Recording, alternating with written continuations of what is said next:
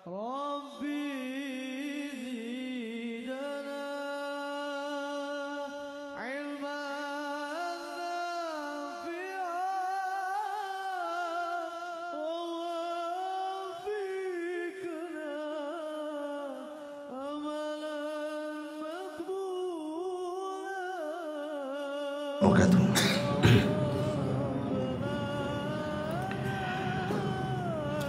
Alhamdulillah, wassalatu wassalamu ala rasulillah wa ala alihi wa sahbihi wa mawalah wa la hawla wa la quwwata illa billahi wa ba'du.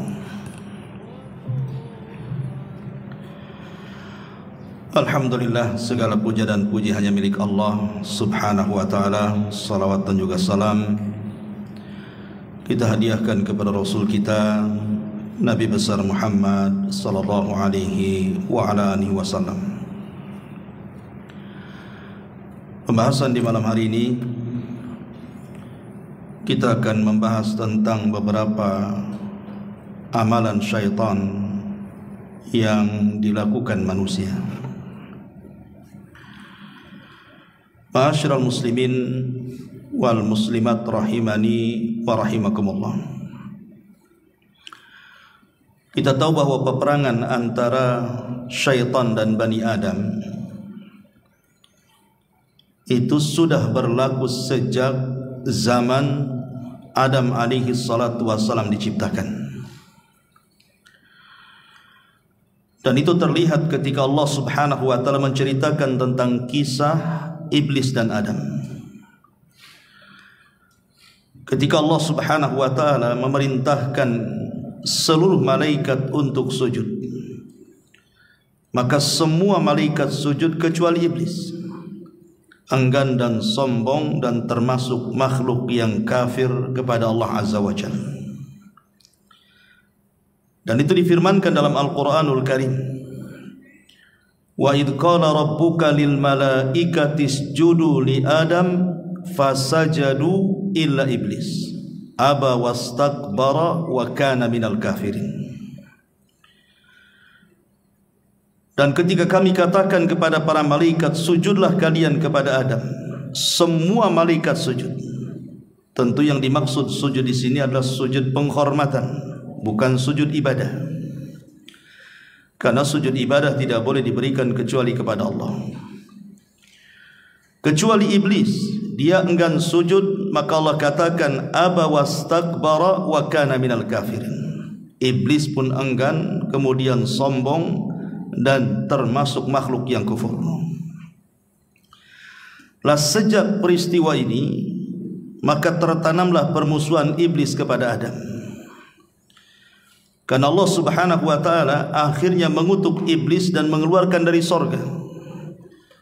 Maka akhirnya iblis pun bersumpah di hadapan Allah, fabi izzatika la ughwiyannahum ajmain illa ibadaka minhumul mukhlasin. Demi kemuliaanmu ya Rabb, sungguh aku akan sesatkan mereka Bani Adam semuanya, kecuali hamba-hambamu yang ikhlas. Ma'asyiral muslimin yang dimuliakan Allah subhanahu wa ta'ala, disebutkan dalam surah Isra ayat 62, qala ara'aitaka hadha alladhi karramta alayya la in akhartani ila yaumil qiyamah la akhtanikanna dhurriyyatahu illa qalila. Iblis pun berkata, terangkanlah kepadaku, inikah yang lebih engkau muliakan daripada aku?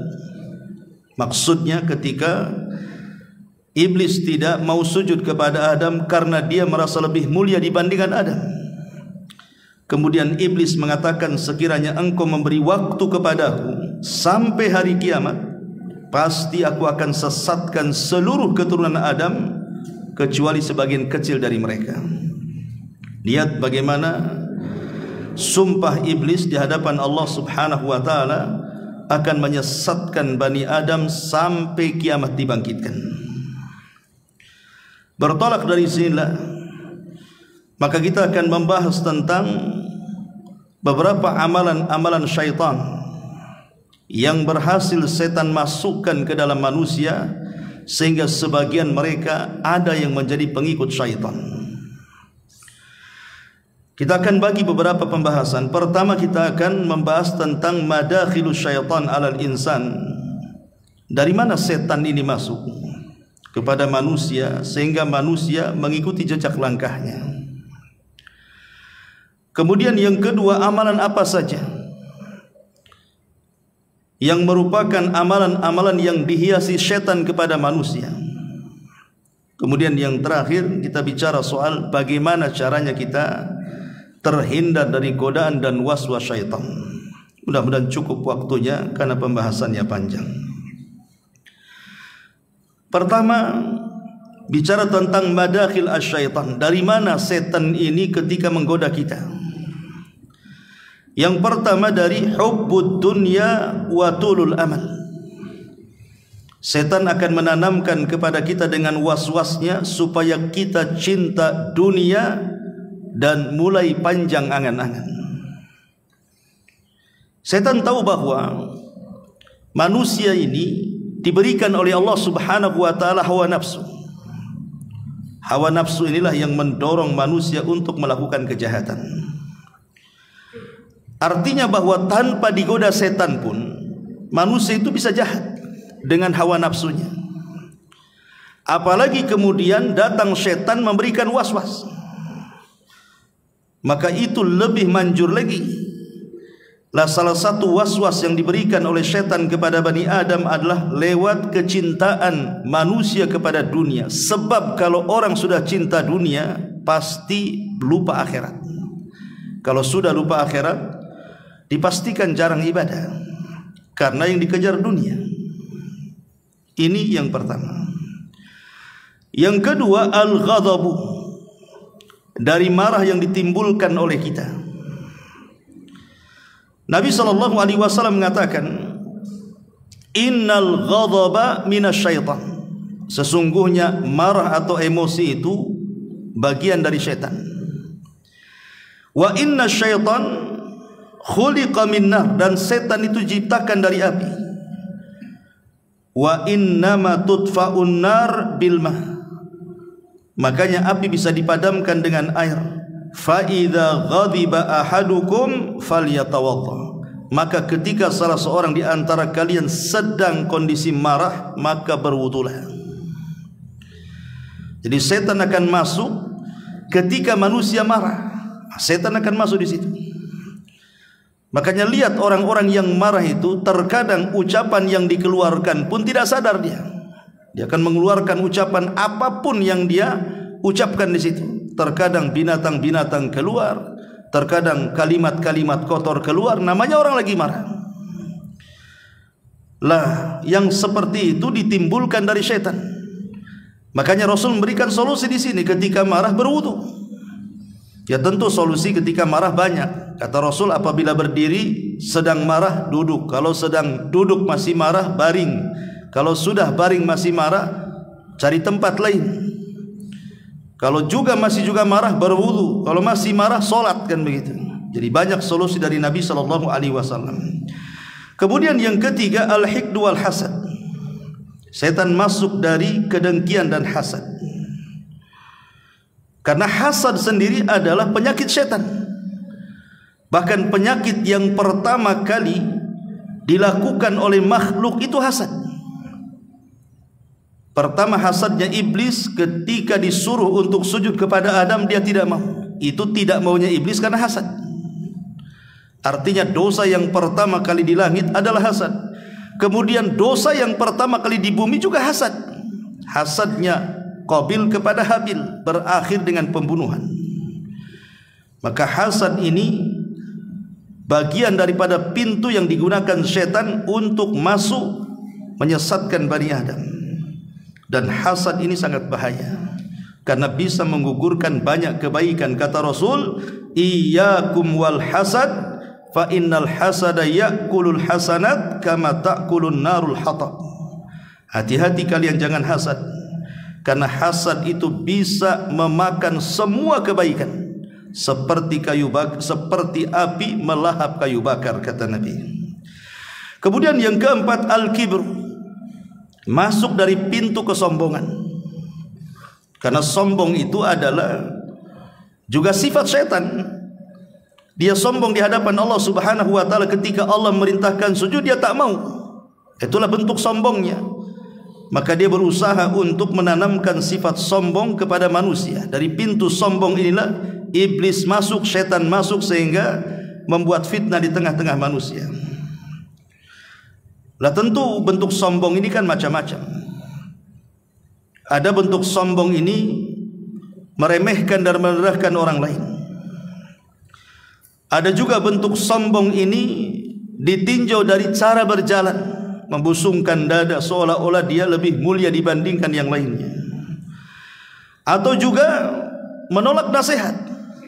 Karena Rasulullah SAW juga yang mengatakan bahwa sombong itu adalah batrul haq wa ghamdun nas, menolak kebenaran artinya nasihat, dan merendahkan orang lain, dan semuanya ada pada diri syaitan. Kemudian juga yang semana dengan sombong adalah ujub. Ujub itu merasa bangga diri, dan ujub ini bisa mencelakakan kita. Kenapa demikian? Karena biasanya orang yang ujub itu buta mata, merasa bahwa dirinya lebih mulia dan orang lain itu di bawahnya. Kemudian juga orang ujub ini merasa amalannya pasti diterima, dan amalan orang lain itu di bawahnya. Makanya kenapa para ulama sampai mengatakan, kalau kita ini kaya amalan, banyak beramal soleh, tapi ada ujubnya, itu tidak lebih baik daripada orang yang melakukan maksiat tapi dia takut dengan dosanya. Sampai ulama mengatakan seperti itu. Atau kita balik, orang yang bermaksiat kepada Allah Azza wa Jal tapi takut dengan dosa yang dilakukannya, itu lebih baik dibandingkan orang yang tidak pernah bermaksiat dan beramal saleh tapi ada ujub di hatinya. Karena ujub ini bisa membatalkan semua amal. Ini yang kelima. Kemudian yang keenam, ar-riya, masuk daripada pintu riya. Karena riya inilah yang membatalkan amalan yang dilakukannya, dan syaitan sangat senang kalau ada orang yang tidak ikhlas. Karena itulah target daripada iblis ketika dia bersumpah di hadapan Allah, la ughwiyannahum ajmain illa ibadaka minhumul mukhlasin. Aku akan sesatkan semua anak turunan Adam kecuali orang-orang yang ikhlas. Dan orang riya itu tidak ikhlas. Makanya kemudian setan masuk dari jalur riya ini. Kemudian juga setan masuk dari jalur al-bukhlu wasyuhu. Al-bukhlu wasyuhu, kebakhilan dan kekikiran. Makanya ada Al-Quran dalam surah Al-Baqarah itu 268. Bagaimana setan itu akan mendekati orang yang punya niat untuk bersedekah. Kemudian setan akan membisikkan di telinganya. Apa bisikannya? Asyaitanu ya'idukumul faqra wa ya'murukum bil fahsya. Setan akan menjanjikan kefakiran dan akan memerintahkan keburukan. Jadi setan akan berikan was-was kepada orang yang bersedekah, jangan kau sedekah nanti fakir. Jangan kamu sedekah nanti miskin. Tidak usahlah kamu ini pergi umrah ke sana kemari, kebutuhanmu masih banyak. Jangan bantulah sana sini, hajatmu lo masih banyak. Jadi setan akan berikan was-was seperti itu sehingga jadilah dia orang bakhil. Kemudian yang nomor 7, an-nadhratu fil haram, memandang kepada yang diharamkan Allah Azza wa Jalla. Seperti memandang aurat yang bukan dari lawan jenis kita dan dia bukan mahram kita. Maka disebutkan dalam sebuah athar dari Ali radhiyallahu an, di mana Nabi SAW berwasiat kepada Ali, an-nadhratu sahmun masmumun min sihami iblis. Ingat bahwa pandangan yang ditujukan kepada haram adalah racun dari panah-panah beracun iblis. Man tarakaha makhafatallah badalahullahu imanan yajidu halawatahu fi qalbihi. Barang siapa yang berusaha meninggalkan perkara itu, maka Allah akan ganti dengan keimanan dan dia akan merasakan manisnya iman. Jadi orang yang senantiasa menjaga matanya, tidak memandang yang diharamkan Allah Azza wa Jalla, Allah ganti dengan keimanan. Kemudian yang nomor 8, ihtiqarudz dzunub. Setan akan masuk bagaimana caranya orang ini memudah-mudahkan atau meremeh-remehkan sebuah dosa. Karena setan itu suka dengan dosa. Jadi kalau ada orang yang meremeh-remehkan dengan dosa, ini kan dosa kecil saja. Saya kan zina baru berapa kali saja. Ini kan saya masih ibadah kok, masih ini, masih itu, tapi juga melakukan dosa. Maka ini termasuk madakhilus syaitan. Makanya Rasul mengatakan iyyakum wa muhaqqaratidz dzunub. Hati-hati jangan meremehkan sebuah dosa. Fa innahunna yajtami'na 'alal mar'i hatta yuhlikahu.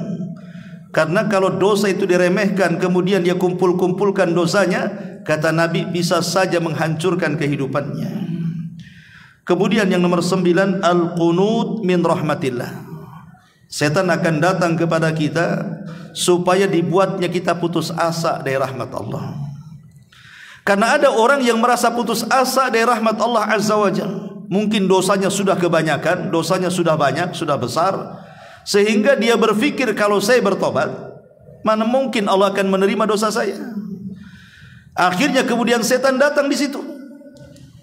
Jadilah dia orang yang paling putus asa dari rahmat Allah Azza wa Jalla. Ingat, putus asa dari rahmat Allah dosanya lebih besar dibandingkan dosa yang dilakukannya.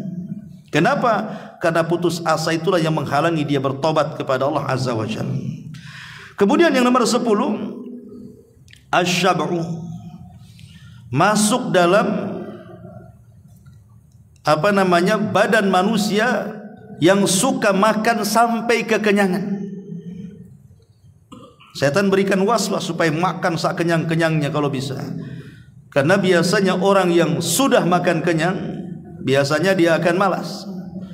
Kalau sudah malas, maka dimalaskan yang lainnya, termasuk juga ibadah kepada Allah Azza wa Jalla, dan diberikan kantuk kemudian tidur. Kemudian juga yang nomor 11, al-ajalatu, masuk dari al-ajalah, tergesa-gesa. Dalam setiap perkara tidak mikir dulu maslahat dan mafsadahnya apa, main bergerak saja. Ini tergesa-gesa itu dari setan. Termasuk juga yang nomor 12, al-israfu wa tabdzir. Israf dan tabdzir. Israf itu artinya membelanjakan harta tapi berlebihan, walaupun perkara itu halal. Tapi kalau tabdzir ini membelanjakan kepada yang diharamkan walaupun yang dibelanjakannya tidak banyak. Itulah bedanya israf dengan tabdzir. Saya ulang, kalau israf ini kita membelanjakan uang kita untuk sesuatu yang dihalalkan Allah tapi berlebihan. Itu namanya israf. Seperti umpamanya ada rumah tangga, di rumah itu cuma ada 3 orang saja, dia, istrinya dan 1 anaknya. Tapi kalau dia masak 1 kampung. Akhirnya apa yang terjadi? Tidak habis makanan itu, kemudian dibuang di tong sampah. Itu namanya israf, ya. Karena uang-uang dia, beras-beras dia, lau-lau dia, yang masak juga dia, tidak ada perkara haram di sini. Tapi karena berlebihan akhirnya dibuang, itulah israfnya di situ. Adapun tabdzir ini yang kita kenal mubadzir, itu diambil dari tabdzir. Kita sering mengatakan ini mubadzir. Apa sih mubadzir itu? Mubadzir itu membelanjakan harta untuk yang diharamkan Allah, walaupun hanya 1000 perak. Tapi kalau dibelanjakan untuk yang diharamkan Allah Azza wa Jalla, itu namanya tabdzir. Apalagi banyak. Seperti orang yang membeli narkoba, minuman keras, berzina, judi dan begitu seterusnya, itu masuk dalam kategori tabdzir. Dua-duanya, baik israf ataupun tabdzir, adalah jalan masuk setan di situ untuk menggoda Bani Adam. Kemudian yang nomor 13, su'udzan, berburuk sangka kepada manusia. Berburuk sangka kepada manusia. Kita tidak boleh berburuk sangka kepada manusia, tetapi harus kita memberikan uzur. Seandainya kita punya tetangga, Dia seorang wanita yang suka membuka aurat.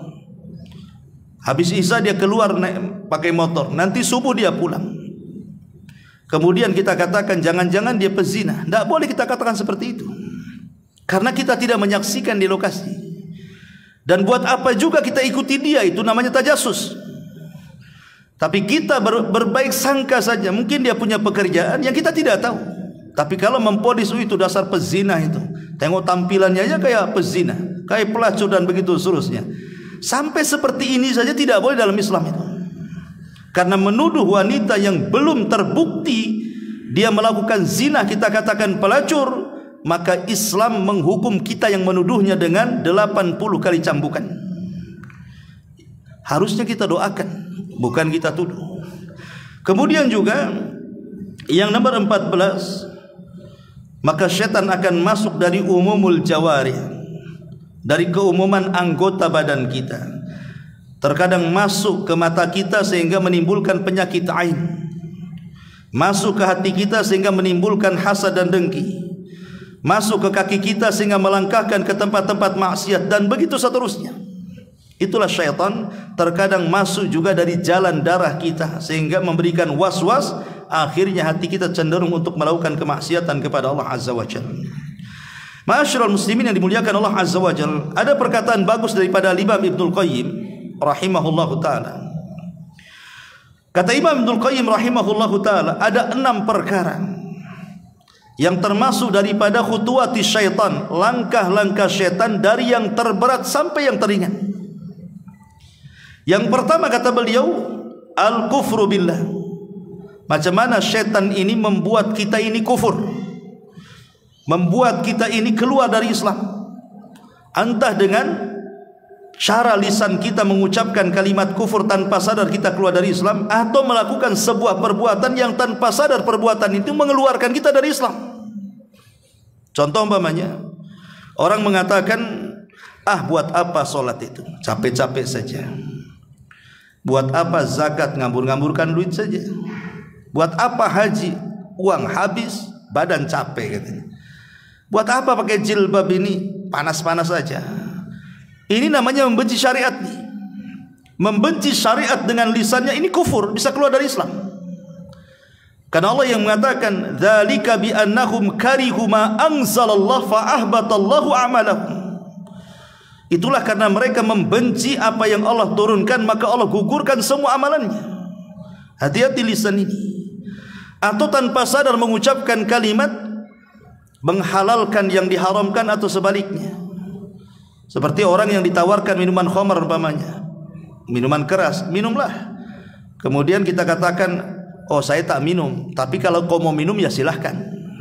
Kalimat kalau kau mau minum silahkan, ini kalimat kufur. Harusnya kata-katanya, maaf saya tak mau makan atau mau minum khamar karena ini haram. Kau juga jangan minum, ini khamar, ini haram. Harusnya kan begitu kata-katanya. Tapi kalau kata-katanya saya tak minum, tapi kalau kau minum ya silahkan, ini bisa kufur kalimat ini, karena tanpa sadar dia mengucapkan kalimat yang menghalalkan apa yang Allah haramkan. Menghalalkan yang Allah haramkan bisa kufur.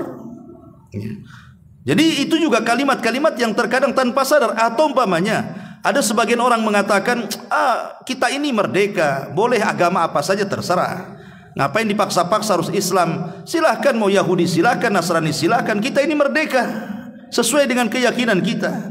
Tidak boleh. Inna dina indallahil Islam. Agama yang paling diridhoi itu hanya Islam. Waman yabtagi ghairal islami dinan falan yuqbala minhu wa huwa fil akhirati minal khasirin. Siapapun yang mencari agama selain Islam tidak akan diterima, bahkan di akhirat dia termasuk orang yang rugi. Cemana kemudian dikatakan kita ini merdeka milih agama? Itulah pemahaman yang digaung-gaungkan oleh orang-orang liberal. Itu kekufuran, itu tidak boleh. Jadi kata Imam Ibnul Qayyim, terkadang manusia itu dibuat bagaimana caranya dia kufur, keluar dari Islam tanpa sadar. Atau kalau tidak bisa, kata dia, an yuqi'ahu fil bid'ati. Kalau tidak bisa dikufurkan, maka tingkatan yang kedua adalah diusahakan bagaimana dia melakukan sebuah bid'ah, hal yang tidak pernah diajarkan Rasul, dibuat oleh kita. Caranya seperti itu. membuat hal-hal yang tidak pernah diajarkan Nabi SAW, kemudian kita buat. Maka Nabi SAW mengatakan, iyyakum wa muhdatsatil umur, hati-hati dari perkara-perkara yang baru. Fa inna muhdatsatin bid'ah, karena perkara baru itu disebut bid'ah. Dan bid'ah itu amalan yang tidak pernah dikerjakan di zaman Rasul, kita kerjakan pula hari ini, kemudian dinasabkan ke dalam agama. Tapi kalau tidak bisa, kata Imam Dzul Qayyim rahimahullahu taala, an yuqi'ahu fi kaba'iri dzunub. Cemana orang ini karena dibuat syirik tak bisa, dibuat bid'ah tak bisa, dibuat dia melakukan dosa besar, dibuat dia berzina, dibuat dia minum khamar, dibuat dia judi, dibuat dia ghibah, dan begitu seterusnya. Tapi kalau tidak bisa juga imannya kokoh, maka yang keempat, an yuqi'ahu fi saghairi dzunub, dibuatnya dia melakukan dosa-dosa kecil, memandang aurat ya yang bukan mahramnya. Dan ini banyak dengan adanya medsos ini kan, hari-hari kita pandang aurat tuh. Memang kita tidak memandang di jalan-jalan di mall, tapi ada di handphone semua. Tapi kalau juga dia tidak bisa digoda untuk melakukan dosa kecil, maka yang kelima, at-tausi'atu fil mubahat, dibuatnya sibuk dengan perkara-perkara mubah, main bola sampai keasikan, akhirnya lewat waktu sholat, ngobrol lama-lama, akhirnya lupa ibadah. Memang ngobrol kan mubah, tapi kalau keasikan akhirnya kemudian lewat waktu sholat, jadi haram tuh hukumnya. Dibuatnya perkara-perkara mubah itu dilama-lamainnya tuh. Kalau tidak bisa juga, maka yang keenam, an yushghilahu bil mafdul anil fadil, sengaja dilupakan dari ibadah yang utama, diambilnya pula yang tidak utama. Seperti banyak orang-orang yang kemudian meninggalkan sesuatu yang utama, tapi yang tidak utama dia lakukan. Ada orang yang tidak puasa, tidak sholat wajib, tapi dia puasa Ramadan pula. Kan aneh itu. Sholat tidak, tapi puasa iya. Padahal yang menentukan diterima puasa itu sholat wajib itu, kan begitu. Faman saluhat sholatuhu saluha sairu amali. Kalau sholatnya baik, semua amal dianggap baik. Lah yang utama itu sholatnya, kenapa sibuk puasanya? Nah, dibuat kayak gitu oleh setan itu. Cari yang tidak utama, kemudian ditinggalkan pula yang utama. Nah, ini diantaranya kata Imam Dzul Qayyim, inilah 6 langkah yang konkret yang dilakukan setan untuk menyesatkan Bani Adam.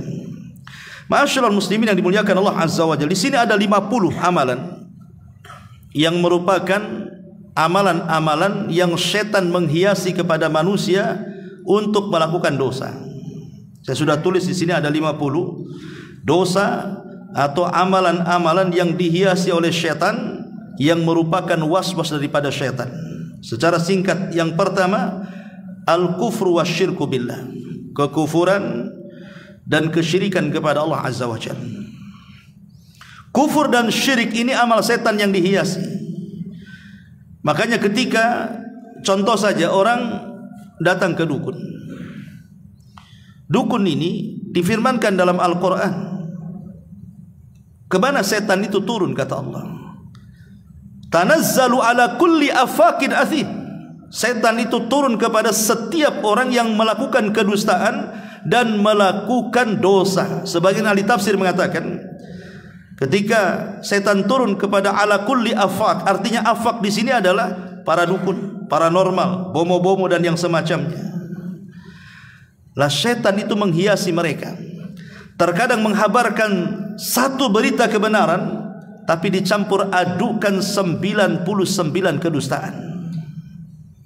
Makanya kalau ada dukun meramal kok benar, itu namanya kebetulan.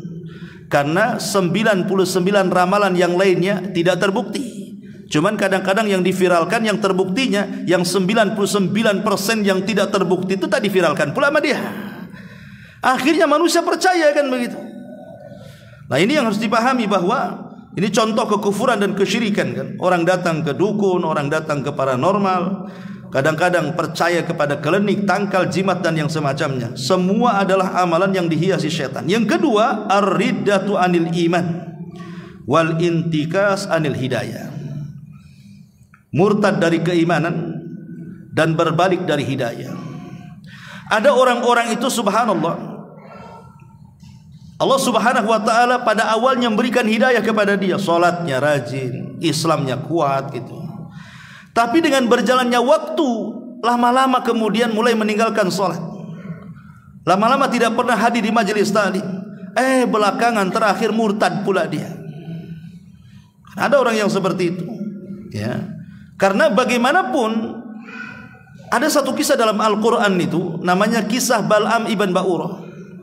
Bal'am ibn Ba'urah itu seorang ulama. Itu bukan orang biasa, ulamanya Bani Israel. Semua manusia kalau minta fatwa datang kepada Bal'am ibn Ba'urah.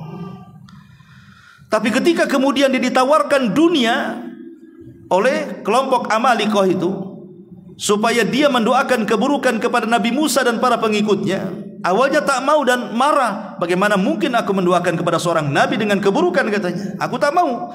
Tapi karena hari-hari kemudian diberikan, diiming-imingi dengan jabatan dan juga kekayaan, lama-lama futur dia. Mau pula dia mendoakan keburukan kepada Musa dan Bani Israel. Akhirnya kemudian Bal'am pun melakukan hal yang tidak pernah dilakukan siapapun, melakukan kemaksiatan besar. Dia keluar dari agama dia. Akhirnya dia mati dalam posisi murtad.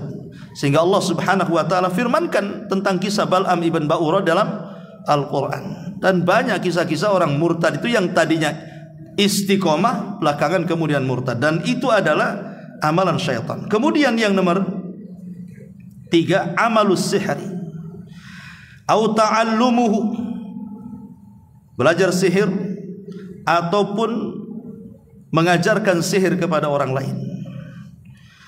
Dan itu difirmankan dalam Al-Qur'an, wattaba'u ma tatlu syayatin ala mulki Sulaiman wa ma kafara Sulaimanu walakinna syayatina kafaru yu'allimuna an-nasa sihra. Dan mereka mengikuti apa yang dibacakan setan pada zaman kerajaan Sulaiman. Sulaiman tidak kafir, setan-setan itulah yang kafir. Mereka lah yang mengajarkan sihir. Karena begini, ikhwatu fiddin, selepas Nabi Sulaiman meninggal dunia, maka kemudian setan ini datang kepada manusia untuk menggali situs yang berada di bawah singgasana kursi Sulaiman. Di situ ada kotak. Rupanya setelah digali, rupanya ada kotak isinya semua buku-buku sihir. Lah padahal buku-buku sihir ini dikumpulkan oleh Sulaiman pada zaman ketika dia berkuasa. Karena kan di zaman Sulaiman berkuasa itu banyak tukang sihir di mana-mana. Jadi Sulaiman hendak memberantas mereka. Akhirnya kemudian mengutus pasukannya untuk merampas seluruh buku-buku tukang sihir, kemudian diletakkan di bawah singgasananya. Kemudian mengancam kepada jin dan juga manusia, siapa yang mengambil buku-buku ini di bawah singgasanaku, kalau dia manusia kubunuh. Kalau dia dari kalangan jin, maka kukatakan pasti terbakar. Jadi di zaman Nabi Sulaiman tidak berani itu tukang-tukang sihir itu, karena Sulaiman sudah mengancam. Tapi semenjak Sulaiman meninggal dunia, rupanya dibongkar di bawah singgasananya banyak tuh buku-buku sihir. Orang-orang Yahudi mulai mereka memfitnah bahwa Sulaiman itu mampu menundukkan semuanya karena punya sihir yang sumbernya dari buku-buku itu. Maka Allah bantah di sini. Sulaiman itu tidak kafir, bukan tukang sihir. Yang kafir itu setan. Mereka lah yang mengajarkan sihir. Makanya orang-orang Yahudi sejak zaman dulu sampai hari ini menganggap Sulaiman itu tukang sihir. Tapi Islam mengatakan tidak, dia seorang nabi dan dia penegak tauhid. Ma'asyiral muslimin yang dimuliakan Allah Azza wa Jalla, maka amalan yang ketiga adalah amalus sihir. Kemudian yang keempat, taqdimul aqli wal hawa war ra'i ala syar'illahi wa ahkami. Mendahulukan akal, hawa nafsu, pendapat dibandingkan syariat Allah Subhanahu wa taala. Karena ada orang yang berpikir kalau ada Quran dan sunnah bertentangan dengan akal, akal pula didahulukan, Quran sunnah pula dibuang. Itu akidah Mu'tazilah. Jadi kalau orang mengagung-agungkan akal dibandingkan wahyu, maka itu ketahuilah termasuk amalan syaitan. Karena syaitan itu ketika disuruh sujud kepada Adam, otaknya bermain, saya lebih baik daripada Adam. Berarti dia mendahulukan akalnya dibandingkan perintah Allah yang menyuruh dia untuk sujud. Dia tak mau sujud. Kenapa? Karena mendahulukan akal dia. Perasaan iblis, enak saja saya suruh sujud, saya kan lebih baik daripada Adam. Saya diciptakan dari api, dan api lebih dekat dari cahaya, artinya saya dekat dengan malaikat. Adam dari mana? Tanah dekat dengan cahaya, katanya. Makanya kemudian dia tak mau sujud. Berarti dari sini, dari akal bulusnya iblis ini, dia mendahulukan akal dia dibandingkan perintah sujud dari Allah kepada Adam. Maka siapapun yang mendahulukan akal dibandingkan syariat, maka dia terhiasi dengan perbuatan iblis. Kemudian yang nomor 5, asyukuk fil mu'taqadati wal ibadat. Dibuat ragu-ragu dalam keyakinan dan juga dalam ibadah.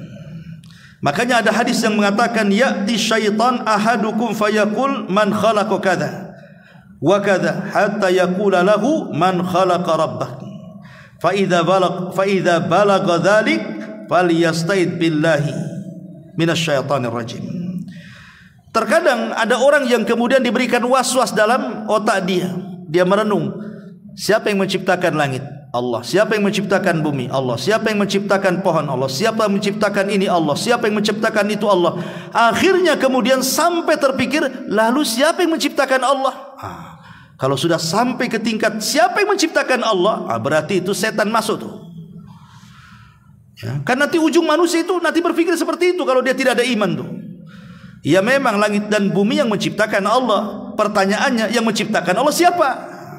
Kalau sudah sampai otak kita ini berpikir siapa yang menciptakan Allah, maka kata Nabi SAW, faliyasta'id minasyaitan, berlindunglah kepada Allah, karena itu datang dari waswas syaitan. Kemudian juga yang nomor 6, at-tahakum ila taghut, berhukum dengan taghut. Ya. Maksudnya taghut di sini bisa dalam bentuk qanun, undang-undang yang menyelisih Al-Quran dan Sunnah. Undang-undang yang menyelisih Al-Quran dan Sunnah. Kalau ada orang yang mengatakan bahwa hukum Allah tidak lebih baik daripada hukum manusia, berarti dia telah berhukum dengan taghut. Dan itu yang dikehendaki syaitan. Dan bisa kufur dia, keluar dari Islam, kalau dia menganggap bahwa hukum yang dibuat manusia lebih baik dibandingkan hukum yang dibuat Allah. Kufur dia. Lain kalau seandainya saya sih yakin Quran Sunnah itu lebih baik, tapi nampaknya kalau diterapkan di negara kita ini hukum-hukumnya belum pas, karena kita belum siap, makanya masih pakai hukum manusia. Maka ini tidak sampai kufur, ini fasik saja ya. Tapi kalau dia terang-terangan mengatakan bahwa tidak layak, Quran Sunnah tidak relevan lagi, apalagi kemudian hukum rajam ini sadis sekali ini, ini tidak baik, bagus hukum ini saja, ini lebih adil, menurut dia kufur, keluar dari Islam dia.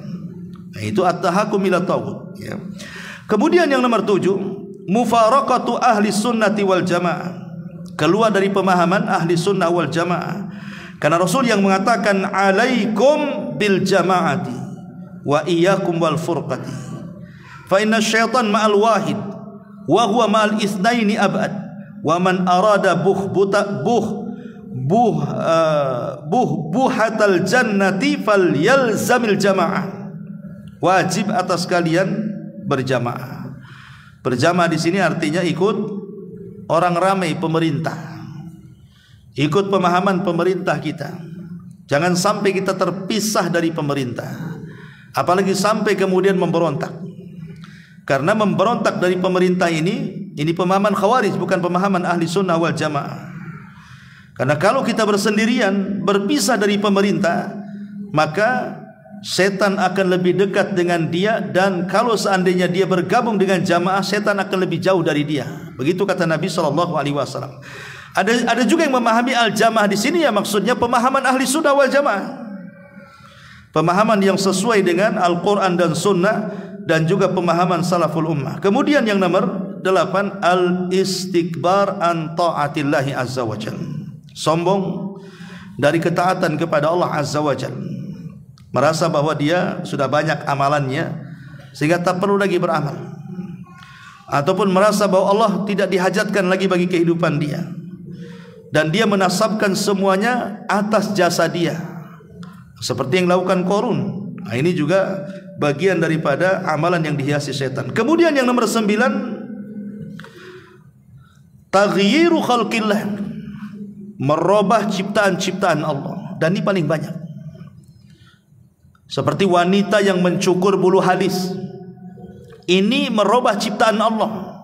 Allah sudah buat bagus-bagus lah itu, di atas mata ada halisnya, dikerok pula sama dia, diganti pula sama spidol. Ya kalau spidolnya permanen, tak permanen pula kena hujan, masalah. Kemudian juga ada orang yang mengikir gigi, giginya sudah bagus, tapi dikikir gitu ya. Kalau sekarang ini ada zaman behel, semua orang pakai behel. Untuk apa behel itu?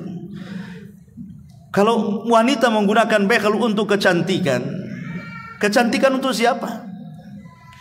Makanya kenapa dilarang, tidak boleh mengikir gigi itu. Kecuali kata para ulama, boleh seseorang itu merapatkan gigi, kemudian meluruskan gigi dengan behel dan yang semacamnya, kalau memang ada unsur kesehatan. Contoh umpamanya giginya renggang, kalau makan rupanya keluar pula dari renggang gigi itu entah satu nasi gitu kan, loncat dari situ. Nah itu bukan begitu gigi manusia. Asal gigi manusia ya rapat, sehingga kalau dirapatkan gak masalah. Atau ada penyakit-penyakit yang kata dokter harus dibegitukan giginya, gak masalah. Tapi gigi sudah bagus-bagus, tidak ada masalah dengan gigi, sudah rapat, makan pun sudah tidak ada masalah. Kemudian dikikir gigi itu, ini bagian daripada merubah ciptaan Allah. Ataupun mentato, ya, mentato badan itu bagian daripada merubah ciptaan Allah. Kan hari ini kan banyak orang yang bertato itu. Setahu saya dulu orang yang bertato itu orang Cina, agamanya di luar Islam, terserah dia. Sekarang orang Melayu banyak pula yang bertato. Orang Cina sudah ngapus tatonya, dia nambah tato pula. Ini kadang-kadang aneh ya. Jadi ini juga salah satu daripada yang merubah ciptaan Allah. Termasuk juga menyambung rambut.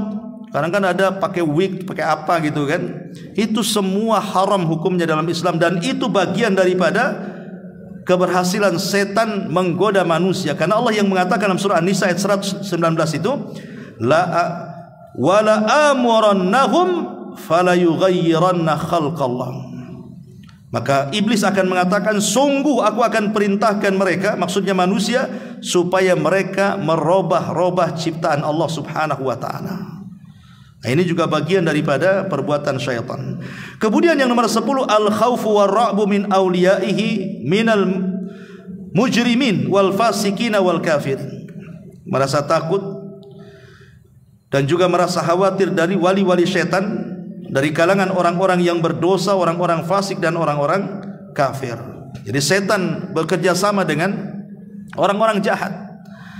Seperti orang-orang yang datang ke dukun kemudian ngancam kita, kusir kamu, besok tengok saja sebelum 3 hari mati kamu. Akhirnya kita merasa ketakutan ya. Ketika merasa ketakutan, akhirnya dia cari penangkal. Kau punya dukun, aku cari dukun lagi lah.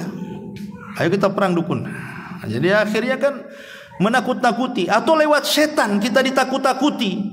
Seperti umpamanya orang yang kita lihat kalau kurang iman, kurang ibadah itu kan ada orang-orang itu penakut. Kalau orang sudah penakut, biasanya sesuatu apapun yang dilihat dia pasti dikait-kaitkan dengan setan. Namanya di rumah lampu mati, tiba-tiba ada suara seng, padahal seng ini kena angin sebenarnya, tapi udah takut kita ini. Ada setan di seng katanya. Padahal seng itu, ataupun mungkin gorden yang goyang-goyang kena angin kan itu. Kemudian langsung ketakutan, kok gorden ini goyang-goyang, ada apa ini? Nah, ataupun mungkin ada suara angin yang sangat kencang, atau mungkin ada bayangan atau apa. Setan ini akan berusaha menakut-nakuti kita, ikhwan. Sebenarnya takut kepada setan bukan syirik, tapi masalahnya setelah itu kalau dia melakukan hal-hal yang diharamkan, itulah yang kemudian setan berhasil menakut-nakuti kita. Makanya kata Nabi SAW, idza nazala manzilan falyakul a'udzu bikalimatillahi tammati min syarri ma khalaq. Kalau kita ini singgah di sebuah tempat dan di situ menakutkan, bacalah kata Rasul, a'udzu bikalimatillahi tammati min syarri ma khalaq. Aku berlindung kepada Allah dengan kalimat-kalimatmu yang sempurna, maksudnya Al-Quran, dari keburukan ciptaanmu yang kau ciptakan. Kalau kita membaca zikir seperti ini, apa kata Rasul? Lam yadurrahu hatta yartahil min manzilihi dzalika. Maka tidak akan madaratkan apapun yang dibuat waswas setan kepada kita. Ataupun kalau terlalu panjang lah, a'udzu bikalimatillahi tammati min syarri ma khalaq, saya enggak hafal Ustaz, lupa kadang-kadang. Maka cukup yang paling pendek mengucapkan basmalah. Kata Rasul, kalau engkau lewati sebuah tempat menakutkan, jangan pedulikan. Satu, yang kedua bacalah basmalah. Jadi dua di situ. Jangan pedulikan, yang kedua baca basmalah. Jadi kalau kita ini jalan di kegelapan gitu kan, entah naik motor, entah jalan kaki, entah lewat kuburan, entah lewat yang menyeramkan, kata Rasul jangan pedulikan, baca basmalah. Ya. Kemudian juga yang nomor 11, al-halifu billahi kadziba, bersumpah kepada Allah dengan cara dusta. Karena yang pertama kali bersumpah atas nama Allah untuk kedustaan itu iblis. Iblis mengatakan kepada Adam kan, wa qasamahuma inni lakuma laminan nasihin. Hai Adam, demi Allah aku datang ini sebagai penasehat. Kenapa Allah larang kau dekat-dekat pohon itu? Illa an takuna malakaini aw takuna minal khalidin. Karena Allah tidak hendak engkau jadi malaikat atau engkau termasuk orang yang kekal di sorga. Oh gitu kata Adam. Percaya dia dengan sumpahnya iblis. Kenapa? Karena tidak mungkin iblis bersumpah di sorga, di alam para malaikat untuk sebuah kedustaan, karena belum ada sebelumnya. Makanya iblis, Adam percaya saja, kecuali kalau sebelumnya Adam pernah dikibuli gitu ya. Ada orang bersumpah kepada Allah untuk sebuah kedustaan, boleh jadi mungkin Adam tidak percaya dengan iblis. Tapi itu kan makhluk pertama yang bersumpah atas nama Allah untuk sebuah kedustaan tuh. Bahwa dia bersumpah atas nama Allah bahwa kenapa Allah itu melarang kau dekat-dekat pohon itu, karena takut Allah kau jadi malaikat atau engkau termasuk orang yang kekal di sorga. Kata Adam, enak juga ya, kalau saya tak makan nanti saya tak kekal pula di sini. Makanya dia makan tuh, termakan oleh sumpahnya iblis. Maka siapapun yang bersumpah atas nama Allah untuk sebuah kedustaan, berarti itulah sumpahnya iblis. Dan ini banyak di pasar-pasar itu. Orang yang sumpah-sumpah, wow demi Allah ini bagus, ini padahal tak bagus, ya kan? Oh demi Allah dari sana nggak dapat, padahal dapat.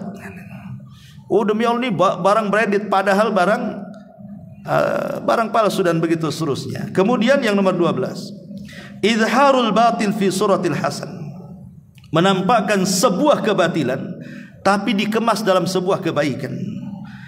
Dalam surah An-Naml Allah mengatakan dalam 24-nya, wa zayyana lahumus syaitanu a'malahum, maka setan akan menghiasi amalan-amalan mereka. Seperti apa? Seperti orang yang beribadah dibuatnya riya.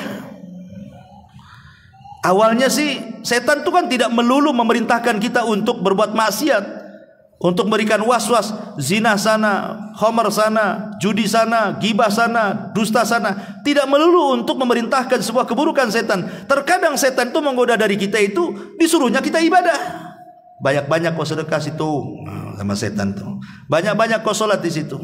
Tapi di balik itu setan memasukkan riya supaya kau nanti, apa kata orang kalau kau tak sedekah? Coba kau sedekah banyak, kata setan itu.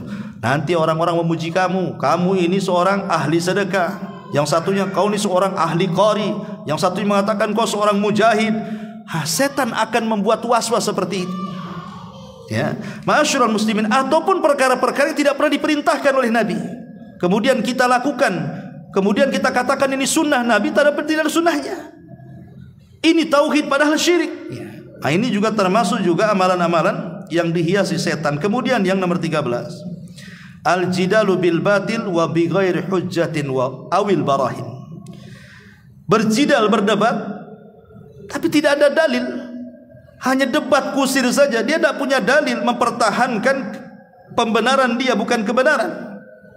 Nah, ini juga bagian daripada setan menghiasi kehidupan dia. Karena Allah mengatakan dalam surah Al-An'am ayat 121, wa inna syayatin la yuhuna ila awliyaihim liyujadilukum. Sungguhnya setan akan mewahyukan kepada para walinya supaya mereka berdebat dengan kalian. Jadi debat yang tidak ada hujahnya, tidak ada dalilnya, menangeyelnya saja, maka itu bagian daripada setan menghiasi amal kita. Kemudian yang nomor 14, al-qawlu 'ala Allah bi ghairi ilmin. Mengucapkan sesuatu, dinasabkan atas nama Allah tapi tanpa ilmu. Seperti orang yang berdakwah, mengajak manusia tanpa ilmu. Akhirnya yang diajak dia sesat, menyesatkan manusia. Karena seperti itu, seperti contoh lah yang sekarang lagi viral gitu ya. yang sudah saya bahas tentang siapa itu Mama Gufron gitu ya, yang makoli nggak jelas tuh. Dinasabkan ini sabda Nabi katanya. Nabi bersabda, inna makoli rahmati, dan begitu seterusnya. Itu lafadznya begitu, bukan bahasa Arab, bahasa makoli kan. Coba antum cek tuh hadis yang dibaca Mama Gufron itu dalam kitab-kitab induk. Kan ada Sahih Bukhari, Sahih Muslim, Abu Dawud, Tirmidzi, Ibnu Majah, Tabrani, macam-macam kan itu. Coba ada nggak lafadz inna makoli dalam kitab-kitab induk tuh? Nggak ada. Satu kitab pun tak ada. Hatta hadis maudhu pun tak ada. Tapi dia karang sendiri. Kemudian disampaikan kepada umat. Ini ini bagian daripada amal-amal syaitan, kawan. Ya, tidak benar. Alhamdulillah sekarang MUI bersuara. Kalau kemarin MUI diam saja, sekarang sudah mulai bersuara ini, ya kan? Bahkan sudah ada pemanggilan lagi. Alhamdulillah. Memang enggak usah dibiarkan kayak gini nih. Negara kita ini aneh. Setiap ajaran sesat ada aja pengikutnya. Yang ngaku nabi cuma ada pengikutnya. Kemudian yang nomor 15, an-naumu an salatil fajri hina yusbihul insan. Tidur sehingga tidak melaksanakan salat fajar sampai pagi.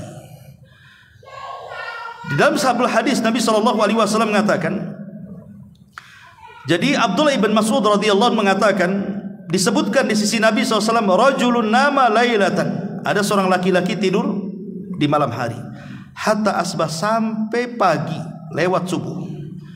Maka Rasul mengatakan, dzaka rajulun bala syaitanu fi udhunaihi, itulah orang yang dikencingi kedua telinganya setan. Kalau ada orang yang kemudian bablas subuh, bangun jam 7, bangun jam 8, berarti dua telinganya penuh dengan kencing setan. Sebagian para ulama mengatakan, apa yang dimaksud bala syaitan, kencing setan itu maksudnya apa? Ada yang mengatakan maksudnya setan itu bukan kencing beneran kayak kencing kita, tidak. Maksudnya setan menyumpal di telinga kita ini supaya kita akhirnya menolak hidayah. Dibuatnya kita menolak hidayah, menolak panggilan Allah Azza wa Jalla. Ya. Ada juga yang mengatakan bahwa maksudnya ya secara hakikat memang setan itu mengencingi telinga kita sehingga kita tidak terdengar azan. Ada juga yang maksudnya setan hendak menghinakan kita. Dengan cara apa? Mengencingi kedua telinga kita. Setan hendak merendahkan kita, sementara kita ini lebih mulia dibandingkan iblis. Tapi ada orang-orang yang mau dihinakan dan mau terhina dengan syaitan. Dengan cara apa? Dia tak bangun subuh. Anehnya tak marah pula dia dikencingi setan tuh. Coba kalau saya yang kencingi, apa enggak ditabok saya tuh? Tapi kalau setan yang mengencingi, kok tak ditabok pula setan itu? Malah nyantai aja, besok dikencingi lagi, besok dikencingi lagi, coba. Karena aneh di sini. Jadi orang yang kemudian lewat sholat fajar, hakikatnya maka dia dikuasai setan di sini. Termasuk yang nomor 16, adamu adaitis salati ma'a jama'atil muslimin. Jarang sholat berjamaah. Ini juga bagian daripada penghias daripada syaitan. Kemudian yang nomor 17, al-abathu fi sholati, main-main dalam sholat. Main-main dalam sholat. Ini juga termasuk syaitan menghiasi amalan dia. Kemudian juga musabaqatul imam, mendahului imam dalam sholat. Imam belum ruku sudah ruku, imam belum sujud kita pula sudah sujud duluan. Yang jadi imam siapa sebenarnya? Ya. Maka ini juga termasuk daripada perbuatan setan, karena Rasul yang mengatakan, alladzi yahfadz wa yarfa qabla al-imam innama nasiyatuhu biyadi syaitan. Orang yang merendah dan meninggi sebelum imam, sesungguhnya tengkuknya dikuasai setan, kata Nabi. Bahkan sholatnya tidak sah, ya, harus diulang. Kemudian yang nomor 19, kasratul waswas fi shalah.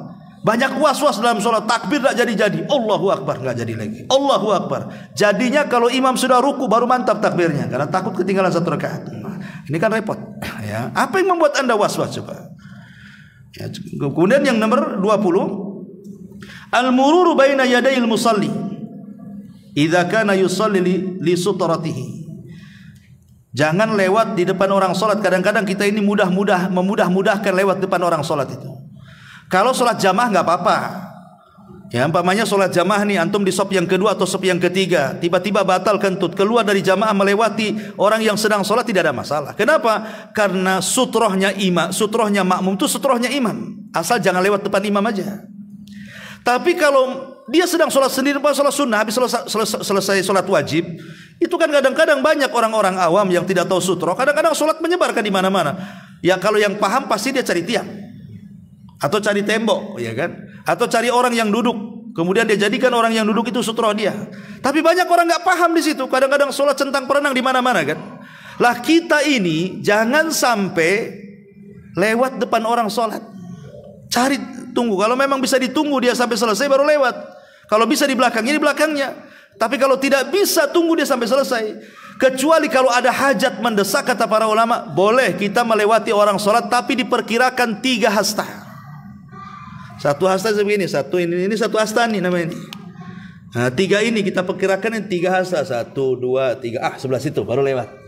Itu maksudnya. Kalaupun harus lewat, karena ada hal yang mendesak. Tapi kalau masih ada jalan lain, cari jalan lain. Jangan melewati orang sholat. Karena Nabi SAW mengatakan dalam sebuah hadis, kalau ada orang yang sholat, cegahlah dia. Kalau dia tidak mau juga dicegah, maka perangi dia, fa innahu syaitan, karena dia adalah setan, kata Nabi. Ya, maka ini pentingnya sutroh dalam salat. Kemudian juga yang nomor 21, wujudu farajin baina as-sufufis shalah. Ada tempat-tempat renggang dalam salat itu.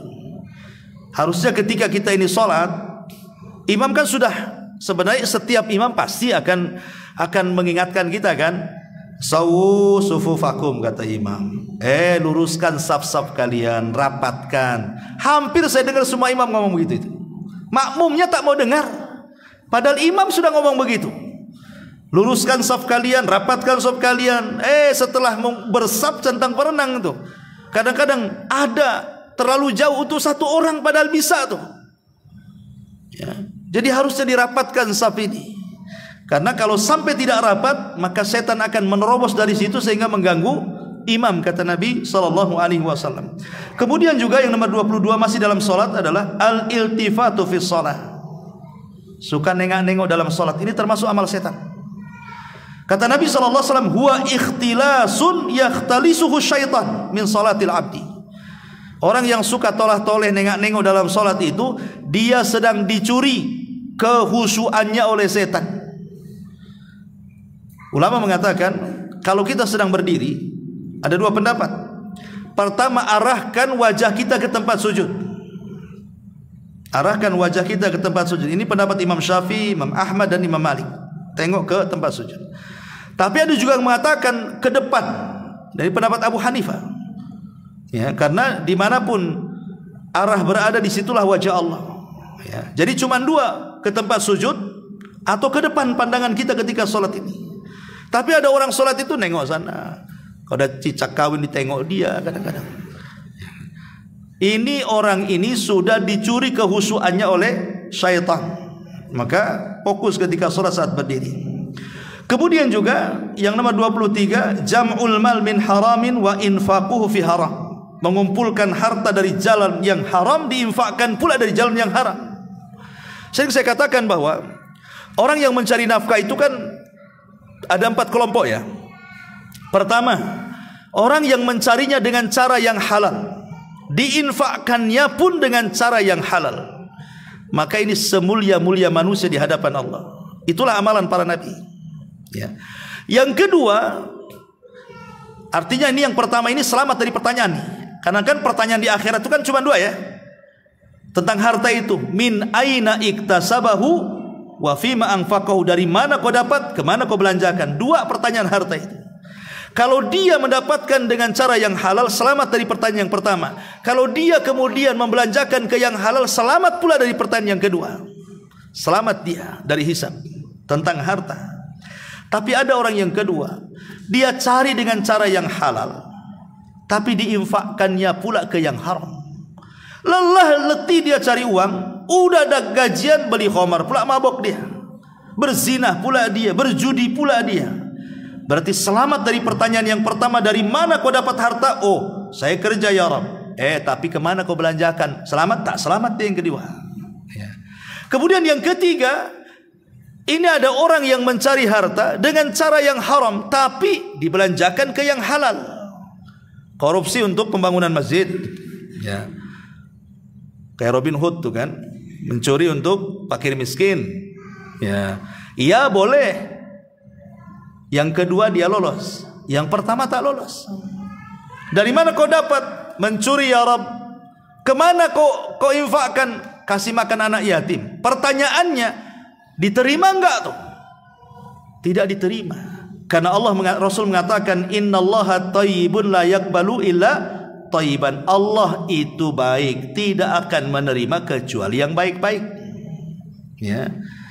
Tetapi yang kuadrat dosanya itu, sudah cara mencarinya haram, dibelanjakan pula untuk haram.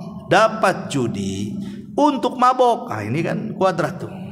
Karena dapatnya juga haram kan, dibelanjakannya pula haram. Ya.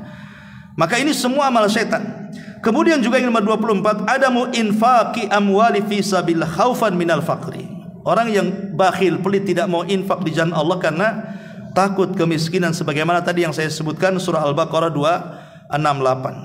Kemudian 25, al-infaq riya'an wa sum'atan. Ya, dia tidak bakhil, dia sangat dermawan, tapi ketika infaknya itu karena riya ataupun karena sum'ah. Riya dan sum'ah ini kadang-kadang datang belakangan. Makanya sering saya katakan, ada orang-orang itu awalnya ikhlas tapi terpancing jadi riya. Awalnya ikhlas jadi terpancing jadi sum'ah. Makanya menjaga keikhlasan itu bukan hanya ketika bersedekahnya, tapi seterusnya. Contoh umpamanya ini, dia sudah sedekah nih ke muhajirin 20 tahun yang silam, dia sudah sedekah ke muhajirin di sini. Artinya kan dia ikhlas diterima. Dia setelah 20 tahun nggak pernah kedatang ke sini, dia sholat di sini. Ngomong sama kawannya, dulu loh saya juga ikut infak loh di sini. Padahal 20 tahun yang silam loh. Ngapain pula disebut-sebut? Coba kalau tidak disebutkan sudah diterima. Ya. Atau yang sering contohkan umpamanya, saya infak nih ke pengurus ini. Ini saya infak untuk pembangunan masjid. Baik Pak. Siapa namanya? Oh enggak usah, tulis saja Abdullah katanya di situ. Oh ya baik Abdullah. Besoknya infak lagi, tulis lagi Abdullah. Adalah 10 Abdullah. Kemudian ada tetangganya mengatakan, Pak, Bapak ini kaya, itu masjid tak jadi-jadi, tolonglah bantu. Kau tak tahu tuh Abdullah itu siapa tuh? Ini yang bahaya nih. Ini kalau sudah kayak gini ini riya kepancing namanya. Atau sum'ah juga bisa. Kita ini sudah ikhlas sebenarnya, tidak mau orang tahu, tidak mau orang dibicarakan. Tapi gara-gara ada kawan diinfak di tempat yang sama, rupanya kemudian takmir masjid ngomong, Bapak kenal si Anu? Kenal, itu tetangga saya katanya. Iya, dia suka infak kemari, Masya Allah, dia kalau infak itu tidak mau disebut namanya. Akhirnya tetangganya ngomong, saya dengar kok suka infak ke muhajirin ini. Ah, siapa bilang? Itu pengurus yang ngomong. Masa sih? Iya. Yang benar iya. Waktu ngomong Pak Imam hadir nggak di situ? Ada. Pak Ustadz ada juga di situ. Dikejar sama dia. Ya, itu namanya sum'ah karena lezat ketika dia mendengar. Ya. Harusnya kan kalau dia itu nggak benar itu, nggak udah selesai sampai di sini pergi kan? Bukan dikejar pertanyaannya. Itu waktu pengurus ngomong itu dia ngomong apa? Itu kan dikejar namanya. Nah, kalau dia pujian kan sedap. Itulah namanya sum'ah namanya. Lah ini yang hal-hal yang seperti ini adalah perbuatan syaitan. Kemudian yang nomor 26, tabdzirul amwal wal israf fil infaq. Ini tadi sudah saya jelaskan tentang israf dan tabdzir. Kalau israf membelanjakan sesuatu dari perkara halal tapi berlebihan. Ada juga yang mengatakan begini, israf ini masuk juga tentang tabdzir ini masuk juga kepada adamu siyanatil mal. Ulama memasukkan bagian daripada tabdzir itu tidak bisa menjaga barang. Pamannya kita ini punya handphone. Sebenarnya kalau kita jaga handphone itu setahun 2 tahun tidak akan rusak, ya. Tapi karena tidak menjaga, asal letak, kadang-kadang asal taruh gitu ya, akhirnya kepijak, akhirnya ketiduran, akhirnya kedudukan, akhirnya mudah rusak. Itu bagian daripada tabdzir kata ulama. Karena dia tidak bisa menjaga barang. Ingat, jadi tabdzir itu bukan hanya menghambur-hamburkan harta untuk kemaksiatan, tidak. Orang yang tidak bisa menjaga barang, tidak pandai merawat barang, itu juga tabdzir. dan haram hukumnya. Ya. Sampai seperti itu ya para ulama. Kemudian juga yang nomor 28 tahwinu nomor 27 kullu ma da'aka ila fi'li maksiatin aw tarki ta'ah. Setiap yang mengajak kamu untuk melakukan kemaksiatan atau meninggalkan ketaatan, maka itu bagian daripada gangguan syaitan juga. Pokoknya ada kawan ngajak, ini mau ke masjid, toto datang kawan, ayo kita ke mall lah katanya. Tak jadi ngaji, hanya ke mall. Ya.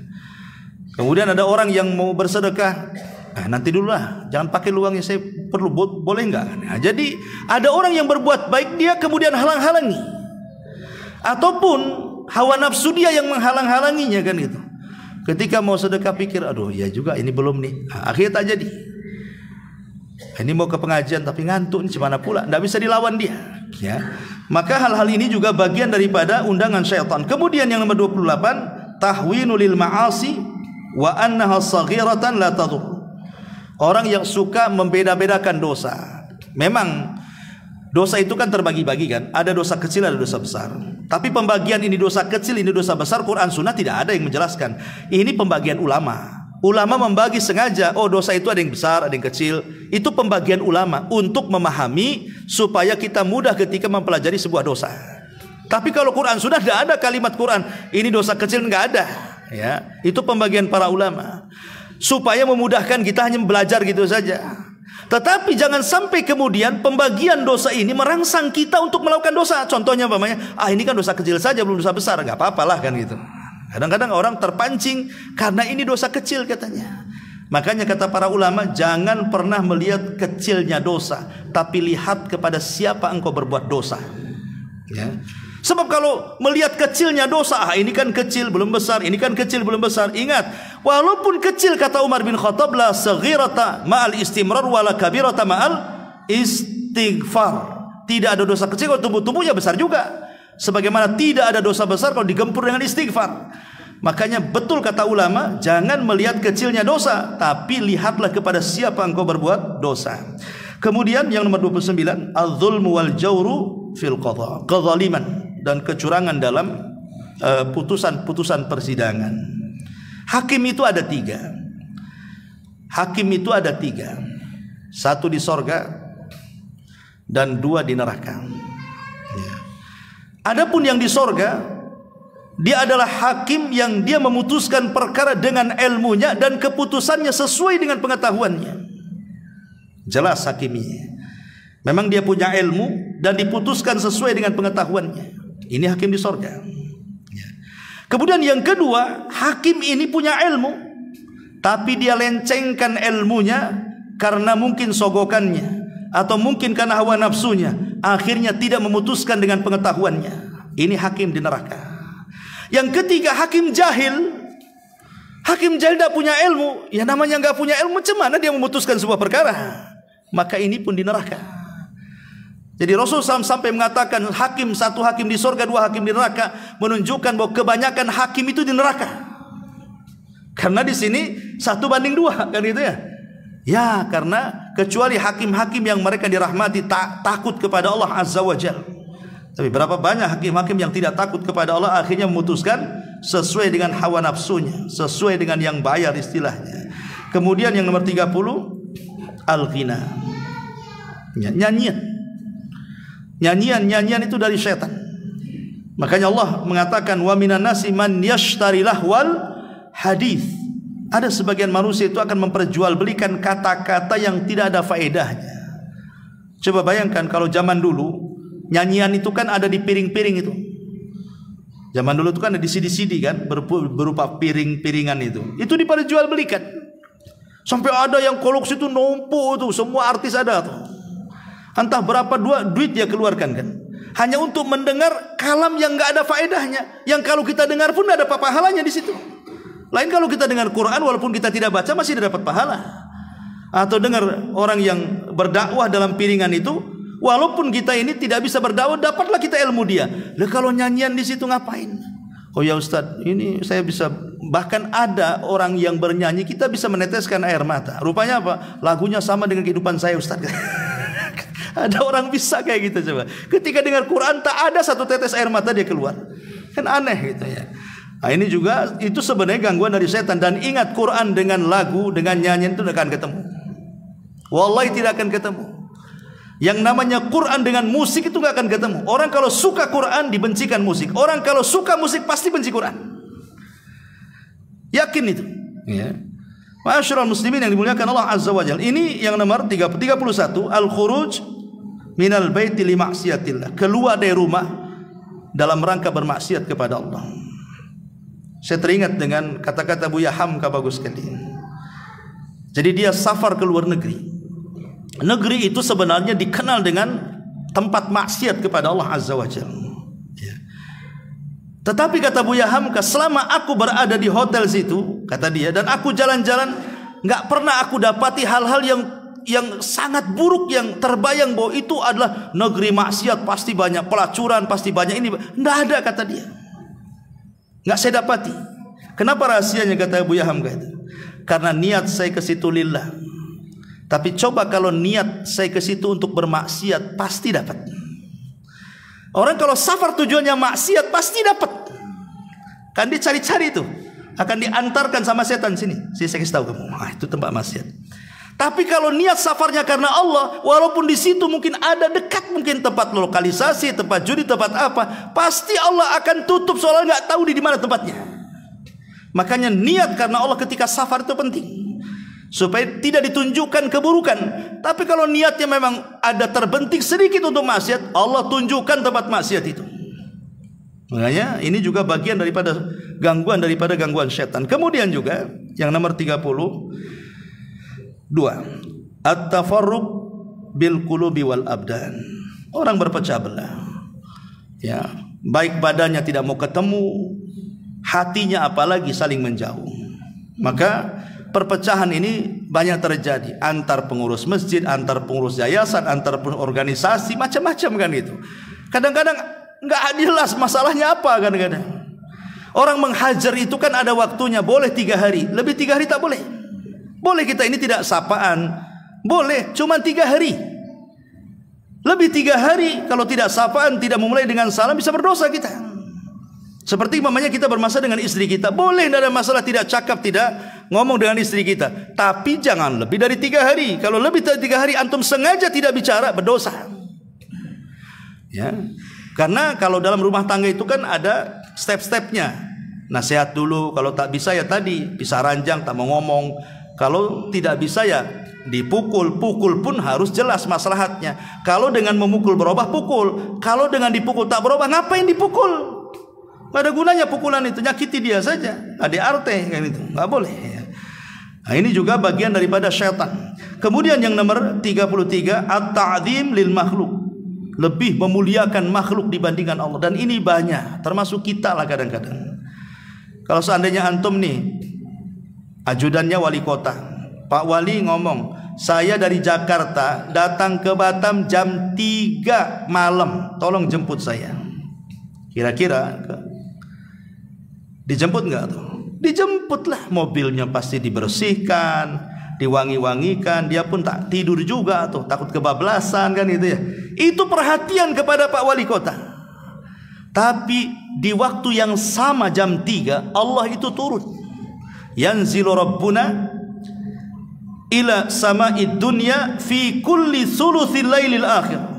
Allah itu turun ke langit dunia pada sepertiga malam akhir, dan itu setiap malam. Allah mengundang kita supaya bangun, berdoa Allah akan kabulkan, minta ampun Allah akan ampuni, mintalah sesuatu Allah kasih pemberian kita. Setiap malam kita disuruh bangun di sepertiga malam. Ya ndak bangun juga. Kalau jemput Pak Menteri ya pasti bangun saya. Lah mana lebih utama, Pak Menteri ataukah Allah? Ya Allah itu pencipta Pak Menteri. Lah kadang-kadang seperti itu. Kita ini mungkin dalam Quran itu namanya mutaffifin namanya. Wailun lil mutaffifin, celaka orang yang suka mengurang-urang takaran dan timbangan. Sebagian para ulama mutaffif itu tidak hanya melulu dalam jual beli saja, tapi mutaffif juga masuk dalam ibadah. Contoh umpamanya, kalau untuk diri sendiri dan keluarga, antum bisa masuk restoran mana saja. Makan ini, makan itu lezat. berapa? 2 juta antum bayar. Nggak kepikiran sampai rumah. Giliran ada pengemis, memang betul-betul pengemis orang susah. Ya, nggak pernah kita belikan seperti kita membelikan keluarga kita. Ya palingnya nih kasih, belilah nasi bungkus di Padang sana. Kadang-kadang seperti itu kan. Lah ini kan lillah, sedekah ini bukan untuk orang yatim, untuk Allah. Atas tangan kita. Nah ini kadang-kadang kan kita tidak bisa membedakan tuh. Nah ini terjadi sama saya, sama Anda, sama siapapun. Kadang-kadang dalam hal-hal seperti ini kadang-kadang mendahulukan makhluk dibandingkan Allah Subhanahu wa taala. Contoh dalam berpakaian saja. Kadang-kadang kita sholat ini asal-asalan pakaian kan. Tapi ketika menghadap orang penting kadang-kadang pakaian harus rapi itu. Kenapa tidak waktu sholat rapihnya? Yang jelas-jelas Allah lebih utama, harus dihormati dibandingkan makhluk-makhluknya. Lah ini karena setan yang menghiasi. Lah kemudian juga yang nomor 34, at-tanajil itsnan duna tsalits. Kalau kita sedang bertiga, yang sedang bertiga, 1 orang Sunda, 2 orang Padang. Yang 2 orang Padang ini ngobrol bahasa Padang, yang orang Sunda diam saja nggak paham. Itu tak boleh. Ya, takut nanti disangka dia sedang menggibah kawannya. Kau ngomong apa kamu? Aku gak paham tuh. Makanya Rasul mengatakan, jangan kalau kita sedang bertiga yang 2-2, jangan ngobrol pakai bahasa planet yang tidak dipahami orang lain. Kecuali kalau minta izin. Maaf ya, saya ada perlu sama dia. Kalau dia izinkan nggak apa-apa, kalau nggak diizinkan jangan. Kenapa alasannya? Fa innahu yuhzinu, kata Rasul. Karena itu bisa menjadikan dia sedih. Dan itu dari syaitan. Kemudian yang nomor 35, safarul insan wahdah fit tariq la yujad fihi ghairah. Safar sendirian. Maka setan juga kadang-kadang suka menggoda orang yang safar sendirian. Makanya disunahkan berdua atau bertiga. Kemudian juga al khalwatu, berkhalwat dengan wanita, maka yang ketiganya setan. Kemudian juga al laibu bil hammam. Seorang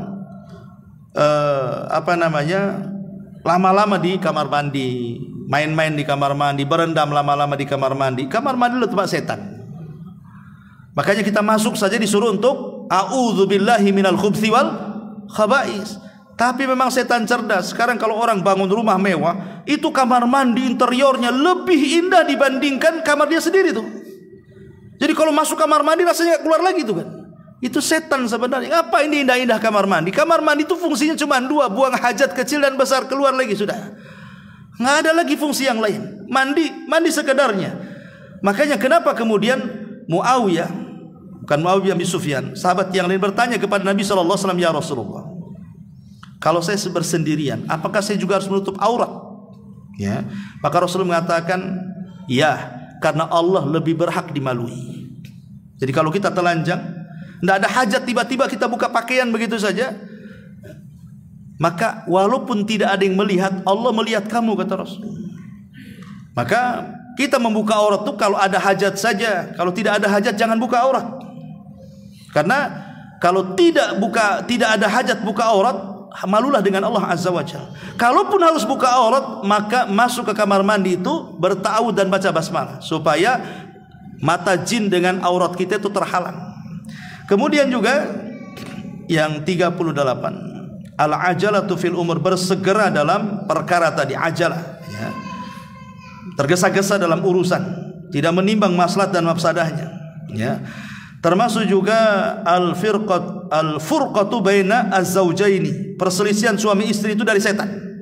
Karena setan itu paling bangga kalau ada suami yang menceraikan istrinya. Itu paling bangga tuh. Maka iblis akan bangkit mengambil piala diletakkan di atas kepala prajuritnya yang mampu menggoda orang bisa bercerai. Karena ada hadis kan, setan itu setiap hari mengutus prajuritnya dari tengah lautan.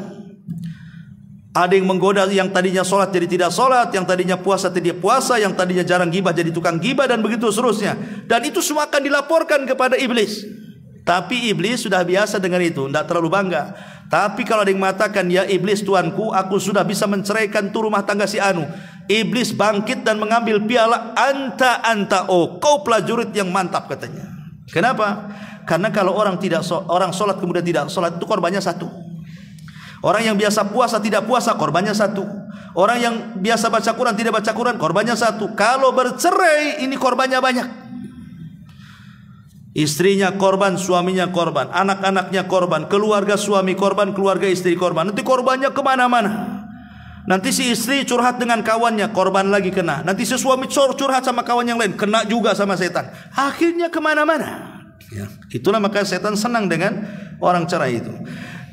Kemudian juga yang yang selanjutnya, at-ta'ari wa kashfu aurat. Tadi sudah jelaskan tentang suka membuka aurat. Ya, itu bagian daripada setan. Kemudian keluarnya wanita dari rumah dengan tabarruj, berdandan ala jahiliyah. Keluarnya wanita dari rumah tanpa mahram ketika safar yang memang masafah safar, jarak safar gitu ya.